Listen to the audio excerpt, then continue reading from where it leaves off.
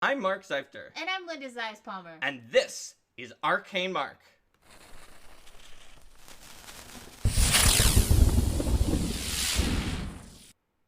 Welcome Hey, everybody. to Class Chat Magus, where we are going to talk about a class. Called the Magus. The Magus! You might even say we're going to chat about it. Yes! How did you know, Linda? Because this is our, we've chatted about a lot of classes before. Yes. The exact number Yes. is not coming to mind right now. I think this may be our 17th class. Yes. Perhaps. We've had quite a lot of class chats. Yes, we learned the drill by now. So what does it mean to be a Magus? Okay. Combining the physicality and technique of a warrior with the ability to cast arcane magic, you seek to perfect the art of fusing spell and strike. While the hefty tome you carry reflects hours of conducting arcane research, your enemies need no reminder of your training. They recognize it as you take them down. That's right. Your key ability, strength or dexterity, with 8 hit points plus your constitution modifier. You start trained in perception and reflex, expert in fortitude and will. Arcana plus 2 additional skills plus intelligence. Simple martial weapons, unarmed attacks, light, medium armor, unarmored defense. Arcane spell attack rolls, arcane spell DCs. That's so you've got a wide swath of You've got a lot training. of a lot of things that you start off with. So, what do you do generally if you're a Magus? During combat encounters, you channel spells through your weapon or body to hit enemies with a powerful attack and spell combination. Because your spells per day are limited, you often rely on trusted, carefully chosen cantrips and focus spells. When necessary, you know how to win a fight without magic. During social encounters, your education and breadth of experience make you knowledgeable about many subjects. You can contribute information related to your scholarly pursuits, especially about magic. While exploring, your flexibility means you might look for magical auras, remain on guard, or even sneak around. Your ability to fill different niches makes sure that your role often depends on the talents of other members of your group. In downtime, you split your time between magical pursuits, like researching spells and crafting items, and martial practice, such as retraining combat abilities to learn new techniques. You might continually refine your spell and item selections to suit your personal style, or prepare battle plans and spell lists for a variety of situations. Socialize with scholars of magic and veteran combatants alike, seeking out masters to teach you new techniques. Overreach with ambitious plans that pull you in too many directions at once. Others probably wonder how you can keep on top of 2 disparate disciplines at the same time. Believe you have a broad enough skill set to take care of yourself in most situations. That's right. So a Magus that's what it's like. Magus is about flexibility, adaptability, and being able to be that character that can fill all sorts of different roles based on what the situation needs. So a Magus is a great character for someone who is looking for a character who's going to play a lot different in different situations and let them try out all sorts of different styles. That's right. So in terms of your features, in addition to the features everybody gets, like ancestry and background and initial proficiencies that we already said, you do get arcane spellcasting, that you can cast spells, and you wind up with the bounded spellcasting, which is a little bit less than, say, a cleric or a druid or a bard has. You have a spell book like a wizard. That's pretty much how you figure out what spells you can prepare. You can heighten your spells just like everybody eventually. You've got cantrips, and you have Spellstrike. So Spellstrike is a 2-action activity. You cannot use it again until you recharge it after you use it. And it casts a 1 or 2 action spell and then smacks with your weapon. And your weapon delivers that spell, which required a spell attack roll. With the melee strike, you get all of it in one. It puts all your eggs in one basket, but it is quite the basket. And you can spend an action with the concentrate trait to recharge your spell strike, but there are other ways to do so as well, often with a Magus Conflux spell, which is the superior way to do so if you've got a focus point to spare. And then there's a bunch of specifics that it comes afterwards to be like, what happens in these weird corner cases? What if what if the spell you're using has reach, or has more than one target, or there's like, ancillary other effects, or there's that, multiple defenses, or the target is immune, or things like that. Target's immune to the spell, but not the strike. Which is basically like the kind of things that you might imagine at other times coming out as people being like, I've got 50 questions, please release a 1-page fact. But instead, a lot of these situations are accounted for and explained in the book itself. That's right. Plus, there's actually a sidebar about, like, hey, you have a bunch of abilities. Here's some things you can do with those abilities. That's like advice on combining them. And I think that this really shows that this is not the kind of class that would appear in like a core rulebook with its level of complexity. It's one of those classes for folks who've got a little more of a sense of the system under their belt. Absolutely. You also get the Arcane Cascade stance, which is notorious for the fact that its entry requirements do not do a great job at being requirements to stay in the stance, even though stances say when you don't meet the requirements, you get kicked out of the stance. Mm-hmm. Whoops. But your most recent action is to cast a spell or make a spell strike, you enter the stance, and, like, obviously, you don't get kicked out of it, even though stances generally kick you out when you don't meet the requirements. But you obviously don't get kicked out if you don't meet the requirements, because the action Arcane Cascade will become your most recent action after you use it. So if it did kick you out when you didn't meet the requirements, then you would never be able to be in Arcane Cascade stance. But yes, it's not exactly right. So it's going to need a little bit of a clarification. Even the most like tyrannical GM would know that the action doesn't literally kick you out of its own action. Oh, hi, Silver Knight. Thanks for helping Battle Zoo reach its cap over its 300,000 mark. Yes! By upping your pledge. Awesome. If we had 300,000 marks, it would be even easier to complete. The world couldn't handle 300,000 if you love. Oh, well, that's probably true. So when you're in Arcane Cascade stance, you're going to do some extra damage, and the extra damage is from a particular damage type depending on what spell you used. And if you use those extra damage types very carefully, then you might be able to actually hit a creature's weakness. And it's especially true if the spell would deal a particular type of damage because you know their weakness is fire, so you did a fire spell, then you can take fire onto all of your attacks. Mm-hmm. So it synergizes. If you have a spell already that will deal the correct kind of damage, then that means you can just keep dealing the correct kind of damage. It's pretty handy. Also, many different things happen when you're in your Arcane Cascade stance, as we will see in a moment. Because what about the different sort of class pathy thingies that you can do with Magus? Because it's a class, and many classes have class paths to help customize them further. Hybrid studies! Yes. So, your hybrid study is the way that you blend things together, because, like, there's not just one way to blend fighting and magic. There's a lot of different ways, and those are your hybrid study. So, you could be inexorable iron, where you transform the mass of your giant weapon into an unstoppable force. So, when you are at the start of your turn, while you're in an Arcane Cascade stance, and when you enter it, if you're using a melee weapon in two hands, you gain temporary hit points, and you just keep gaining the temporary hit points as long as you start your turn in the stance. So it's pretty handy. It just gets you some temporary hit points each turn. Inexorable iron, and its conflict spell is Thunderous Strike, which is going to blast out some sonic or something, I think, while you strike, and you recover your spell strike. Laughing Shadow. This is the one the iconic Magus Saltael uses. You're kind of like you laugh at people and consequences. You have one hand free. You move quickly. Movement speed. If you're unarmored, if you have a free hand and you're attacking a flat-footed creature, you deal extra damage. So this is very much about mobility. Yep, it sure is. And not only that, but your conflict spell is Dimensional Assault. It's not gonna like get you through walls or stuff, but you just kind of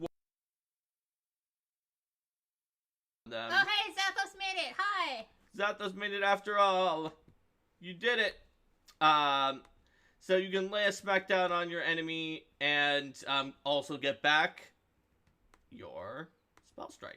Mm-hmm. Sparkling Targe is a really cool one where you are gonna flow magic into not just for offense but for defense too, and it allows your shield to block things that most shields cannot block. And you gain shield block also. You totally do, but also when you're in your Arcane Cascade stance, then your circumstance bonus from your shield applies against spells and other magical effects, which is super powerful ability to have. Yeah, well, as I mentioned above, like blocking magic missile with the shield. Oh, that's the next thing. So first you get the AC bonus to your saves against spells. The circumstance from the shield. Like, obviously, if you're using the shield to take cover and you have an additional cover bonus, that's like a different thing, right? But the one that the shield gives you applies to your saves, and that's amazing. And then you can also trigger shield block reaction, and even if the damage isn't physical and it's just some kind of fire breath or a magic missile, you can totally shield block that. And your shield actually gets more hardness against magical damage. So imagining this Magus definitely walking around with like a sturdy shield, being like, I have the hardest shield ever. Plus, the conflux spell Shielding Strike is a marvel in action economy, because for one action, if I recall correctly, and I'm using the book, so I don't have the actual text of the conflux spells, but I'm doing it from memory, is that you get back, you recharge your spell strike, you strike, and you raise your shield, all for one action. That's really efficient. Yeah, it's a marvel of action economy. Starlit Span is also a very powerful option, because basically you found a way to take the physical proximity that is usually the link that makes Spellstrike work, and you have transcended space in a way that allows you to deliver that magic at quite a distance, and then you therefore do it with ranged attacks. So you can Spellstrike on a ranged weapon or unarmed strike as long as the target is in the first range increment. And also, you gain the conflux spell Shooting Star, which kind of but being does able out to a deliver shooting spells star. with range shorter than the range increment of your range attack is really powerful. Yes, deliver a shocking grasp, like with your longbow to a massive distance or something like that. So there's also a list of some cantrips, some first level spells that will apply on Spellstrike. Just some examples to get you started. Yeah, you know, it's all solid to pick from. It's a starter list if you don't want to have to go find it yourself. So conflict spells are basically focus spells, and we've talked about the ones you get based on your hybrid study. That's at first level. You get all that stuff at first level. The Magus gets a lot at first level. But then as you level up, you're gonna get Magus feats, skill feats, general feats, skill increases, ability boosts, we should all probably that talk stuff. a little bit about how their like slots work, because you mentioned that it's a different way than like wizards and other casters. That's right. Casting as their primary shtick. It is a bounded casting. We'll see it again in the summoner.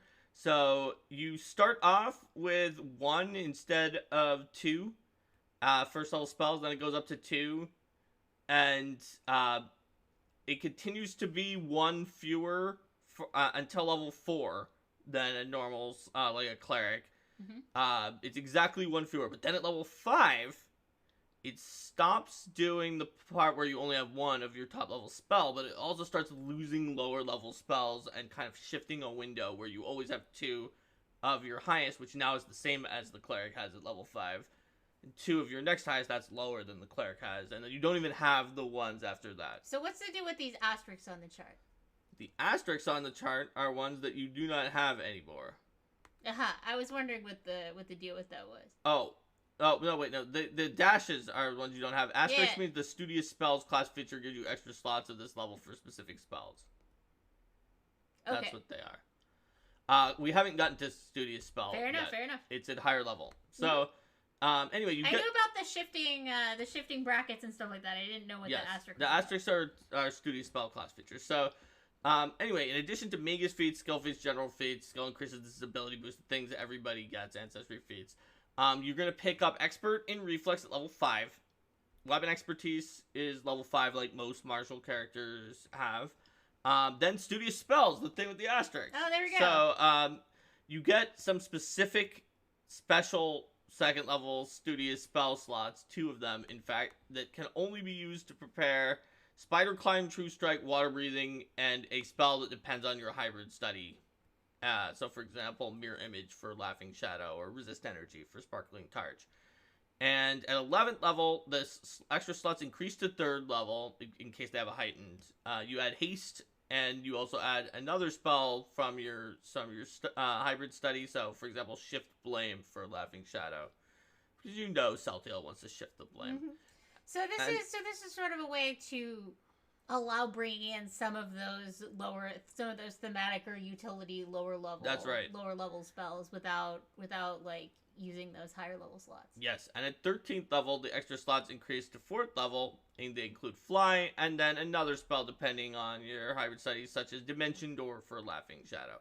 So that's what it is, and that's what those asterisks are. You get weapon specialization at the same time as most martial characters at level 7.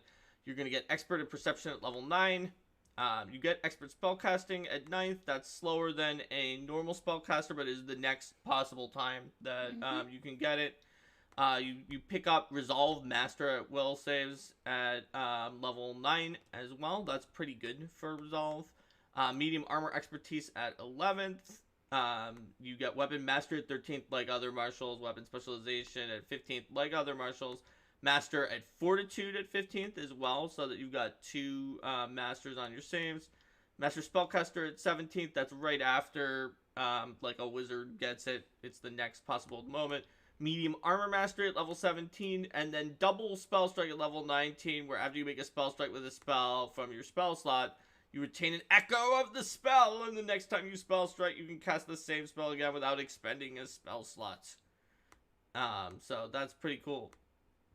That's all of your class features. It's quite a lot of different features. Because they have like a lot of the functionality of the martial class as well as the casting class. So they advance a bit slower in some areas and have fewer spells to accommodate for the fact that they've just got so much versatility. Oh yes. So then there's just a lot of fun feats for Magus, like Arcane Fists. If you want to do a punchy Magus, you can get a familiar. Everybody wants a familiar. Yeah, they're great. Magus Analysis to analyze people while you're smacking them. Raise a tome, so you're like, oh, I've got a book, and I will raise this book to... Well, that's the thing that was specifically pointed out for the Targe Magus, is like, if you've got something else that's like a shield, like... using your book to block your everything. Book could be a shield. More cantrips, better familiars, all those kind of things. Expansive Spellstrike at level 2 is a very important feat because it lets you put like a fireball in there. Now they do get a save if you do that, but there's a number of reasons why you might want to do so. Yeah, hey Trippy. There's a number of reasons you might want to put something in there even though they do get a save, such as there's an action economy boost for it.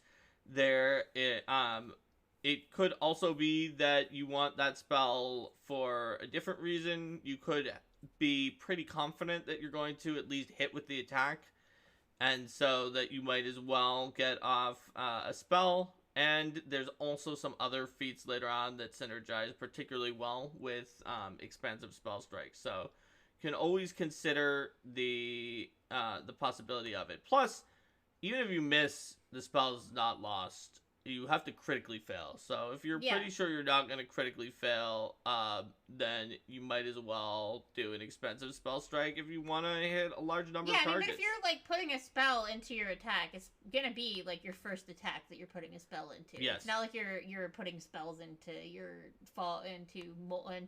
attacks that have a multiple attack penalty. So. Yep. I mean, it's still possible to critically fail. Yeah, it's still possible, but when you're doing it on the first one, it's not that likely. Force Fang is a new conflux spell, which is very, very effective. It gives you some force damage, like No Fuss shoots out some force damage at the enemy, and then it gives you back your It always hits. It's not an attack roll, and it gives you back your Spellstrike. So it works well because, you know, it doesn't use your multiple attack penalty doesn't come into it. It's just going to do a little bit of force damage. It's great if your Spellstrike, like, almost drop the enemy, or your Spellstrike, because Spellstrike can sometimes be a massive overkill because it does so much. Mm-hmm. So you Spellstrike and the enemy's like, bah, ha, ha, I have ferocity. Now what are you going to do? I stayed with 1 hit point, and you're like, oh, Force Fang, you're dead. Mm-hmm. And I got back my Spellstrike for next turn. You can spell parry so that you can kind of try to parry enemies' magic. You can get like a magic spirit sheath for your weapon. There's a lot of things you can do. Devastating spell. Oh yeah, level 4 is where you get things that are based on your hybrid study. So devastating Spellstrike is like your Spellstrike can do splash damage to adjacent targets. Because it's just like this is for an exorable iron with the big 2-handed weapon. It's just like your swing is so wide it does splash damage. Yeah. Distracting Spellstrike for the Laughing Shadow can also feint the target. And you feint immediately before making the strike, so maybe it will make them flat-footed. Emergency Charge for the Sparkling Targe hybrid study when you are hit by a strike or a melee strike, or you fail to save against the enemy spell, that you can just immediately raise a shield or cast shield. Yep. And then apply those defenses. That's right. Starlit Eyes for Starlit Span is going to make it your flat check easier against concealed and hidden creatures. And your Shooting Star spell that targets a hidden creature, you don't even have to attempt a flat check against them. There's a mention of critting Spellstrike with Hydraulic Push. That can be very funny. You can get Steady Spellcasting. You can get Striker's Scroll, where you wrap a scroll around onto your weapon. Student of the Staff is the one for the staff. The staff hybrid study. Did we not do the staff hybrid study when we were doing the hybrid studies? I don't remember saying it. Yeah, I don't remember saying it either. Did we skip a page? Did we skip a page somehow? Maybe. Wait, it was just here. I think I scrolled past it. Twisting Tree hybrid study. Mm-hmm. Ha ha ha! Don't miss that one. You get and use the weapon staff, basic staff, and when it's in one hand, it becomes agile and D6. When it's in 2 hands, it becomes parry, reach, and trip. And when you're under Arcane Cascade stance, you can interact or release to change the grip as a free action when you're making the strike. So if you want to go around bopping people with your walking stick and be... You can just twirl it around and be like, ha, reach, oh, my second attack is agile, woo, choo, choo, choo. Whatever you want to do. And so, speaking of which, though, they do have the feat, Student of the Staff. When you critically succeed with your staff, you get the crit specialization effect of the club group. While you're in Arcane stance, your staff gains deadly D6, but the deadly damage die is actually the magical type from Arcane Cascade instead of being of the physical type of the weapon. And you can put property runes into a magic staff you prepare, even though a magic staff can't typically hold property runes. So that is your magic powerful. staff. So you literally aren't just at that point. You're not just fighting with the standard staff. You're fighting with a magic staff that also lets you do all the other magic staff. But things. You cannot put shifting runes in it because that's not going to be a staff. Yes. Because it's got to be a staff, not staff. Yep. You can get attacks of opportunity. You can get some countermeasures going up. Get some things where your knowledge checks give you some additional power against enemies. Shielded Tome, where your shield turns into a bookmark of a shield in your tome, and then the tome gets like some of the shield's defensive stats. Capture enemies' magic. Fuse a staff into a weapon. A runic impression conflict spell to buff yourself up. Spell Swipe. Now that's really one where you can be happy if you have expansive Spell Strike, because you kind of make a Spell Strike but roll against 2 creatures, and you potentially can bonk both of them. It's actually still good even if you don't have expansive Spell Strike, because you can hit both of them with the same effect either way. But if you have expansive Spell Strike, it can give you more versatility. Your spell has to be able to affect 2 or more targets. So, That's why so like you could have a spell attack that affects 2 or more targets, like Scorching Ray, and then it'll work with that too. Standby spell is a spell in your spellbook that you can cast without preparing it ahead of time, but you kind of just swap into it. Be like, if you really like Shock and Grasp or whatever, it's like, I'm always going to do Shock and Grasp, but I don't have to prepare it. You can do a Cascading Ray, where you kind of do a Spellstrike and then you shoot off a ray to do extra damage. You can, if you're Sparkling Target, you can do a Dazzling Block, where you can dazzle or blind your enemies. Yeah, I mean, is that why it's called Sparkling Torch? Yeah, I mean, it sparkles. It sparkles mightily. Sparkles mightily, Linda. Yes. Dimensional Disappearance, where after you use Dimensional Assault, you kind of become invisible for a little bit. Lunging Spellstrike, where your Spellstrike with your staff kind of goes all Sun Wukong out there, and it gains a reach of 5 feet times the spell's level of additional reach.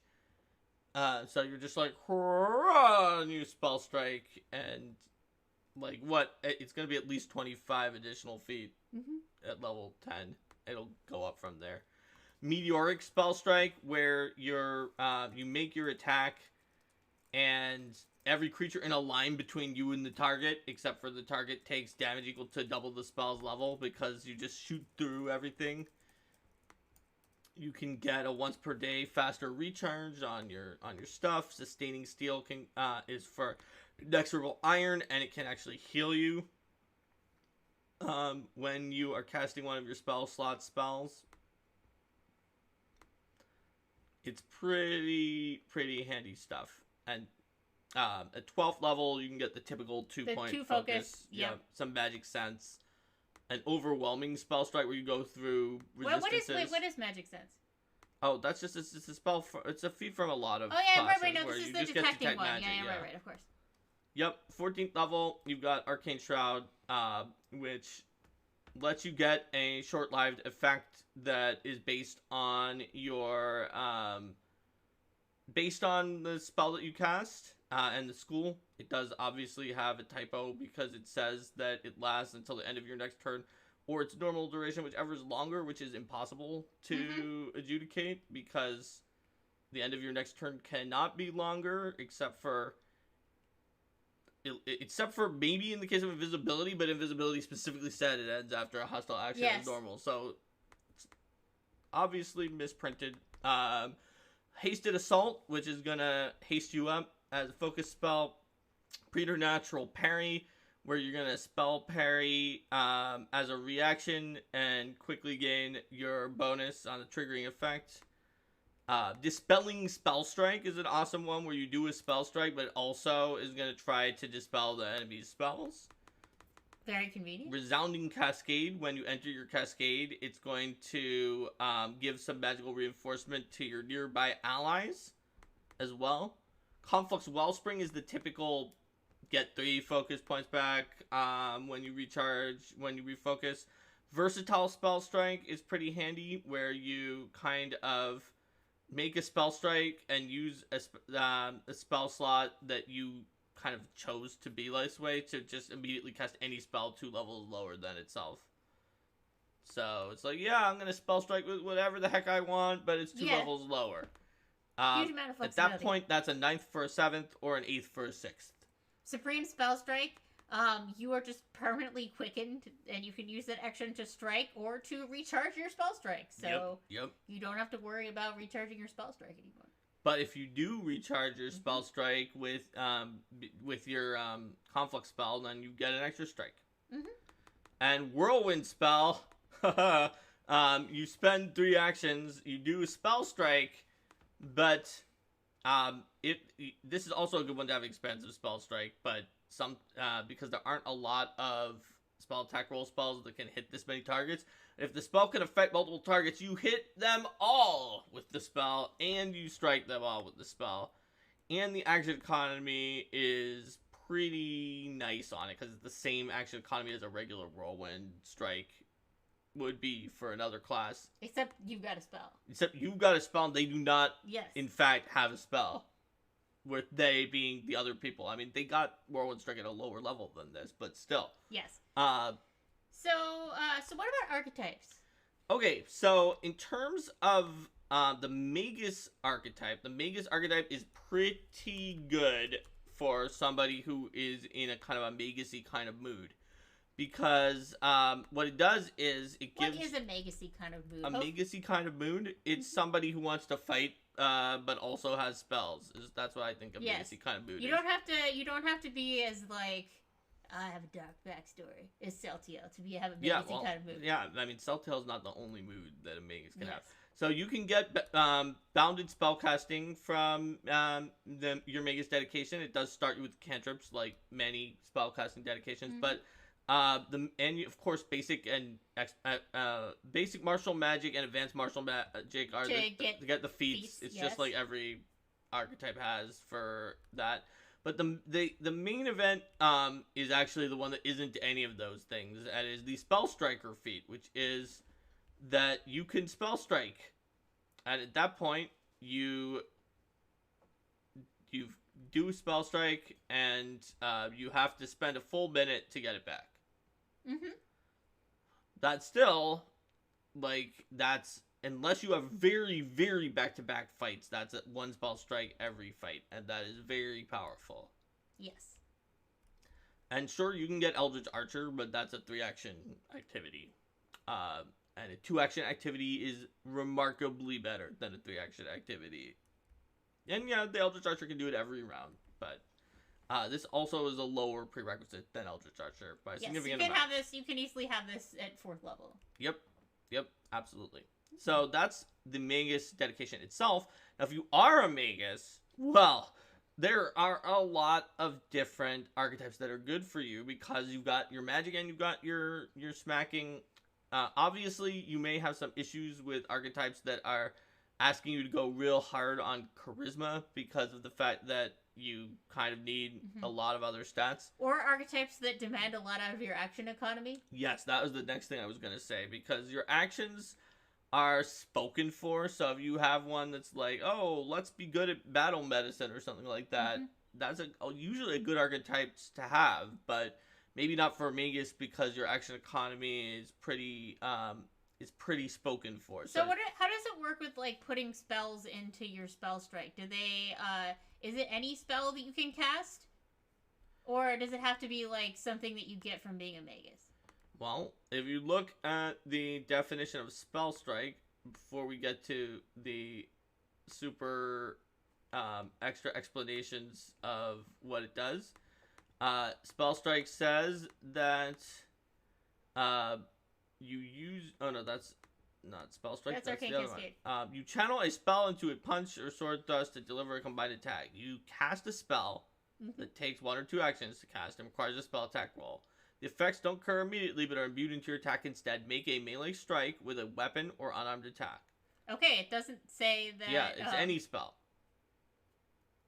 So you could cast like a divine spell or something like that? Yep. And that would grant your spell energy. The strike would grant the arcane trait? If you're a war priest, and it says it grants your strike the arcane trait, making it magical. So, it does look like it does that. In which case, yes, the arcane powers of Magus are making it magical, even if you were casting your divine spells. It looks like what it says here. Like, obviously, if a group, like the GM and players got together and were like, you know, I kind of wish my war priest thing would gain the divine trait instead, like, I'm sure you can make whatever rule you want in your home group. But you get to... But I guess the point here is that this means that, like, archetypes that grant other types of casting can be used to expand your pool of spell strike options.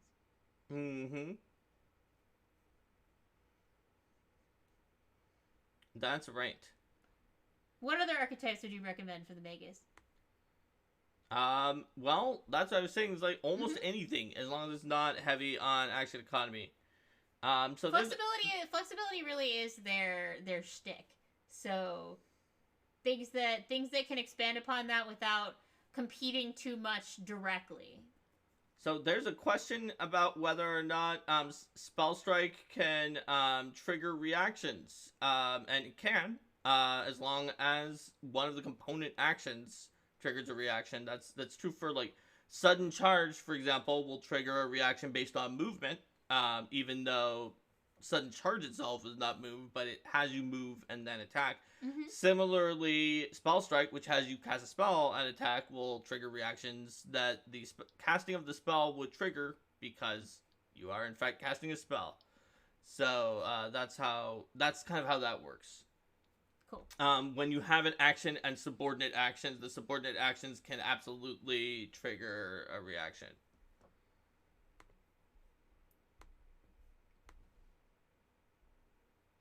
So Failed Locat God says archetypes with a lot of important stances are also difficult to take. That's true. Yeah. They're especially difficult to take because of the fact that you probably want Arcane Cascade if you want any stance. Yeah, so you're gonna wanna make sure you're not competing for those limited resources. It's sort of like what I think about in terms of creature design, right? You don't want to have you want to make sure that you don't have too many things that are competing for the same space. So it's like, oh yeah, I don't need to have a ton of different reactions that I can do, or a ton of different like blasty things that I can do. I'm looking to have options in a wide variety of niches rather than necessarily a lot of things that are overlapping in their design space. That's right. Same applies for characters. Yep. So for Magus, it's more like it's not a question of what archetypes are good to take. It's just like what few types of things do you not want to take, and then anything else is pretty great for you. Oh, I missed another part of the thing with attack of opportunity, which is like why do subordinate actions trigger reactions? And the reason why is because you are still performing those actions that are within the subordinate action.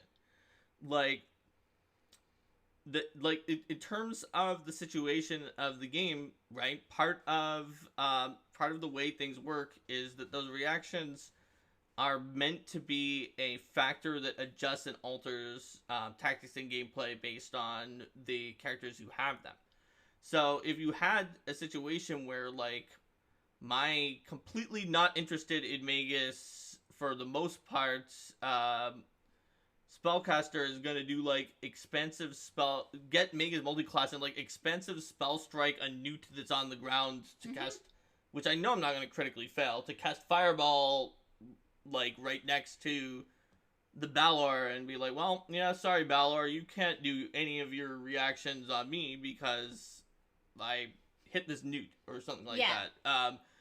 The point is that the subordinate actions are using those other actions. Yeah, so like if you have a reaction that's triggered off of somebody moving, like just because they moved as a part of some other complex combo, they still moved.